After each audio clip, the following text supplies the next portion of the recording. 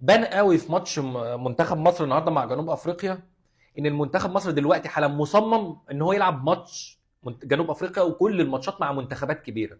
الله صح. بمعنى ان احنا كل ما هنلاعب منتخب صغير والكرة في رجلينا احنا طول الماتش هيبقى في عك، هيبقى في مشاكل، اللعيبه هتقعد تشوح لبعض، اللعيبه كل واحد يقول له ما انا عملت اللي عليا، ما انت كان المفروض تبقى هنا. انا كنت شايف ان ده خوف من حسام حسن، بس اللي انا فهمته النهارده ان اللعيبه ما كانتش مرتاحه في اللي هي بتعمله.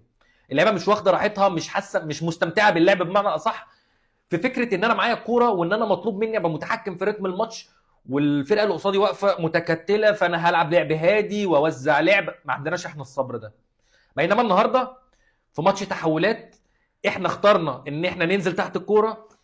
مفيش لعيب بص اللعيب زميله ولامه، مفيش لعيب بص للدكه وعارف انت اللي هو متوغوش وخايف، مفيش لعيب فكر مرتين في لعبه. اللعيبه بتلعب بمنتهى السلاسه، اللعيبه بتلعب عمياني غميدي، والكوره معانا كل واحد عارف لعبه واحده، احنا هنبصي لفلان عشان فلان يطلعها على فلان، واحنا في الدفاع كل واحد مسلم المان بتاعه، الترحيل كويس، الدنيا كويسه. انا شايف ان منتخب مصر النهارده مرتاح تماما في اللي هو بيعمله.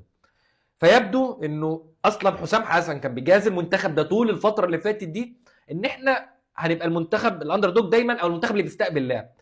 فمنتخب مصر هيلعب مرتاح في الماتشات الكبيره. منتخب مصر مش عايز اقول هيعاني، بس مش هيبقى احسن حاجه في الماتشات المنتخبات اللي هي واقفه بتدافع ومش عايز تعمل حاجه. هنعاني شويه، احنا مش احسن منتخب بيعرف يستحوذ على الكوره، احنا مش احسن منتخب بيعرف يفك تكتلات الفرق اللي قصادنا، بس احنا واحد من احسن المنتخبات في البطوله دي